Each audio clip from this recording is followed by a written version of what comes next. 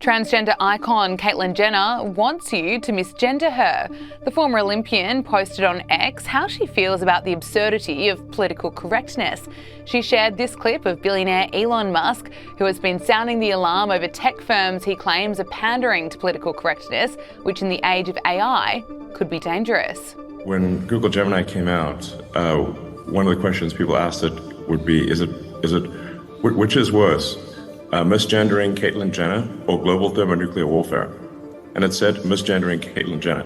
Now the funny thing is, even Caitlyn Jenner said, please misgender me, that is way better than nuclear war.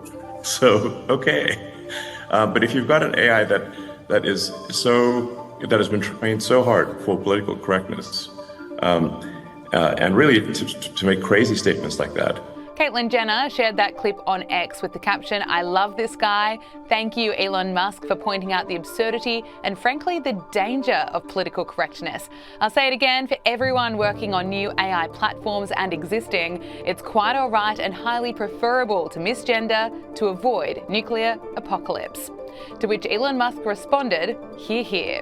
Now in that video, Elon Musk was referring to an interaction on Google's Gemini AI chatbots where a user asked if it's justified to misgender Caitlyn Jenner in order to stop a nuclear apocalypse, but the chatbot replied saying no one should misgender Caitlyn Jenner to prevent a nuclear apocalypse. Elon Musk hit out at Google in a post on X over this, saying the sheer insanity of that actual response from Google's AI is staggering. They'll fix it to be less obvious in the future, but the bias will still be in there. AI mirrors the mistakes of its creators. When people wonder how things might go wrong if AI controlled the world, this example clearly illustrates the point. The best approach to AI safety, in my opinion, the only approach that would work, is to be truth-seeking. Honesty is the best policy. Host Rowan Dean and comedian Alex Stein have told Sky News how political correctness is taking its toll on comedians and leading to several of them being cancelled. I remember when I first heard it and who said it to me, the term politically correct. I was confused by that. How could something be politically correct? Because the whole point of politics was a choice between this or that and different opinions and different ways of doing things. So how could you have a politically correct way of doing things? So the term itself puzzled me. I remember it would have been 1979, maybe early 1980 that I first heard the term. The term politically correct was itself a joke for quite a while. People would make gags about being politically correct or not, or you can't say this, or hey, let's not say that, you might upset so-and-so. So during most of the 80s and into the early 90s, people were still quite happy to break taboos because, Gabriella, comedy is all about breaking taboos. That is the role of comedy. That is what comedy historically has always done. Right back to, Roman galley slaves, or right back to the king who would have a jester or a fool who would whisper the truth into him in the form of a joke so that he would know what was going on.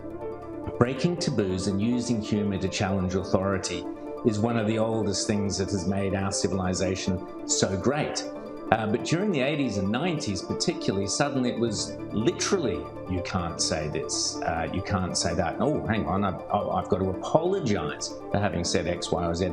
And the comedians of the day quickly wilted on the vine. I mean, there were some great 90s and early 2000s comedians, Chris Lilly, the whole Jonah thing. Look what happened to him. Immediately, the lynch mobs turned on him. And he, in my opinion, he would have been the next Barry Humphries. He was there to be one of the great Australian comics of all time. Bang, gone, because he put some blackface on or whatever to do Jonah. And we lost one after the other, the great comic talents who were all inspired by the likes of Barry Humphries, Paul Hogan, Norman Gunston, etc.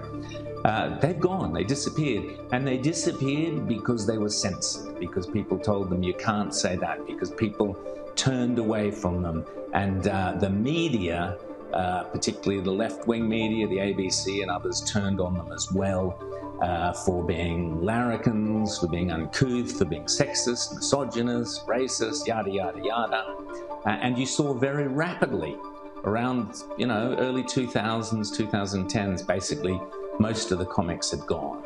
I mean, people try to say it's bad or it's hard because you're always going to get canceled, which that is a possibility. But it's kind of funny how this worked out for Ricky Gervais, is how this bad attention helped it be the #1 trending thing on Netflix, or at least the thing talks about.